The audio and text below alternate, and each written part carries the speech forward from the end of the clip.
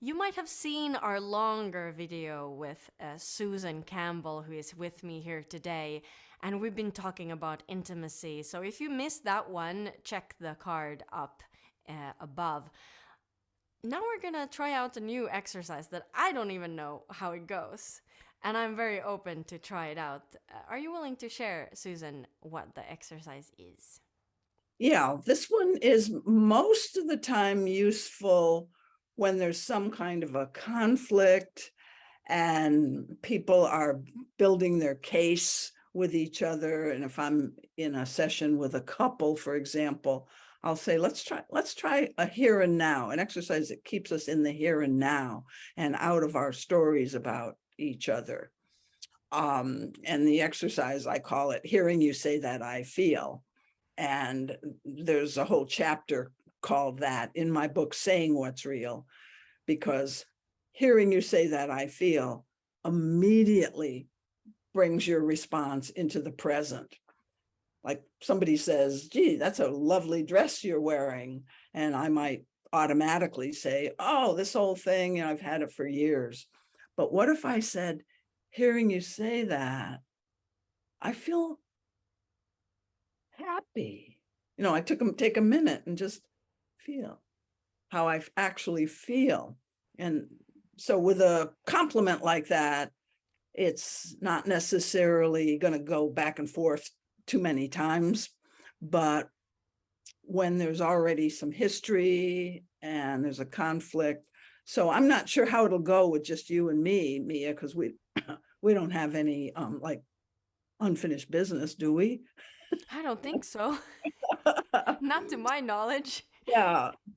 Um, I don't know how this would work as more of a role play, but if I were to be like a let's like say a husband and wife where I say, have you, we just start out with have you fixed the fence yet?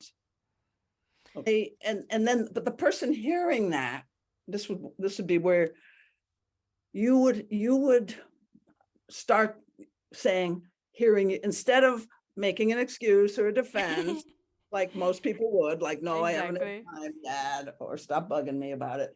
Uh, you you drop into hearing you say that I feel. So that puts, I think a role play would be actually better because there's not much between us yet. Mhm. Um, so you get Let's it. try it. So you just be the person who's just been asked if you've done the fence yet. And Okay. then and you have the, see, why this exercise is important is either person can drop into, no matter what's going on, can drop into an awareness that, hey, why don't I use hearing you say that I feel instead of my usual defense and song and dance. So, Mm. so gave I gave Mia a difficult thing to field. I threw her a curveball because it can come across for some people as kind of controlling, even though it's a question. So we'll start now. Have you fixed the fence yet? Hearing you say that, I feel pressured. Like I should Hearing have you done say, it. yeah. Um, Hearing you say that, I feel tense. Hearing you say that, I feel care. Hearing you say that, I feel a softening in my heart. Hearing you say that, I feel a smile and some warmth in my belly. Hearing you say that, I feel a connection of kind of love and appreciation for you. Hearing So you that say, might be good enough. I mean, yeah, yeah. the what starts out, this truly happens in my sessions, or I do it in workshops too.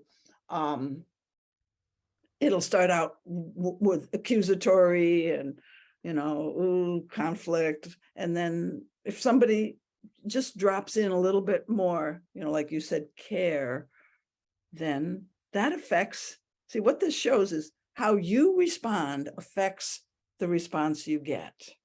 Exactly. And And it, I really noticed on your face as I said care, then Mhm. I imagine that I saw a shift in your face, and then when you said after that you said warmth or something like this, then Mhm. I my body responds to that. So this is very, I really like this one a Hmm. lot. It Yeah, shifted so quickly from like it I it felt, often does. yeah, because even just like acting and imagining that I would hear that phrase at the beginning, my body felt kind of tense. Like, oh no, now I did something wrong. You Yeah. know, I should have done this already. You know, this pressured feeling. And then just shifting that was so fast. Mhm. Wow. Yeah. So do try this at home. Yeah, that's a And new one. another idea with this is, as you're going through life, even if you don't have somebody to go back and forth, make it a practice when somebody sends something your way, especially if there's either a personal warmth to it or a personal negative charge to it. If it's got some kind of emotional tone to it, just drop right into hearing you say that I feel, and you don't even have to say the words. You might just have to feel your feelings before your response goes back, because if you're more in touch with hearing you say that I feel, your response to whatever you've heard is going to have more of you in the picture. That's beautiful, and also you're more aware of your body. I've noticed Mm-hmm. that if I can't yet notice some of my triggers, like intellectually, I do feel them. I do recognize them first in the body. So Yeah. just noticing some kind of tension in the belly or something, and then being with that, and then oh, what's the feeling behind that? What is the body Mhm. telling Yeah. me? And Yeah. then wow, And you can that's speak a sensation too, hearing you say, I think I said tense or tight or something. So it mhm can, mhm. or I feel a rumbling in my belly. It can be sensations or feelings, but it's all about the present. Exactly. Thank you so much for sharing this exercise with us, Susan, and thank you for being here today. See you in the next video.